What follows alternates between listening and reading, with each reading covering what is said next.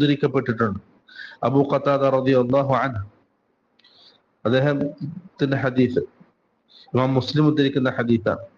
അന്ന റസൂലുള്ളാഹി സ്വല്ലല്ലാഹു അലൈഹി വസല്ലം സുഇല അൻ സൗമി അൽ ഇത്നൈൻ, തിങ്കളാഴ്ച ദിവസമുള്ള നോമ്പിനെ സംബന്ധിച്ച് അള്ളാഹുവിന്റെ റസൂലിനോട് ചോദിക്കപ്പെട്ടു. റസൂൽ സല്ലല്ലാഹു അലൈഹി വസല്ലം പറഞ്ഞു, ദാക യൗമുൻ വുലിദ്തു ഫീഹി, ആ ദിവസത്തിലാണ് ഞാൻ ജനിച്ചത്. അള്ളാഹുവിന്റെ റസൂല് ജനിച്ച ദിവസം തിങ്കളാഴ്ച ദിവസം. വയൗമുൻ ബുഇസ്തു, അതേപോലെ തന്നെ ഞാൻ പ്രവാചകനായി നിയോഗിക്കപ്പെട്ടതും ആ ഒരു ദിവസത്തിലാണ്. ഔ ഉൻസില അലയ്യ ഫീ, അതല്ലെങ്കിൽ എനിക്ക് ഖുർആൻ അവതരിക്കപ്പെട്ടത്. നുബുവത്ത് തുടങ്ങിയത്, റിസാലത്ത് ഏൽപ്പിച്ച അല്ലാഹു സുബ്ഹാനഹു വ തആല റിസാലത്ത് എന്ന ആ വലിയ ദൗത്യം റസൂൽ സല്ലല്ലാഹു അലൈഹി വസല്ലമയെ ഏൽപ്പിച്ചത് അതൊരു തിങ്കളാഴ്ച ദിവസമായി. മുസ്ലിം ഉദ്ധരിക്കുന്ന ഹദീസാണ്. അതിൽ പണ്ഡിതന്മാർക്കിടയിൽ ആർക്കും അഭിപ്രായം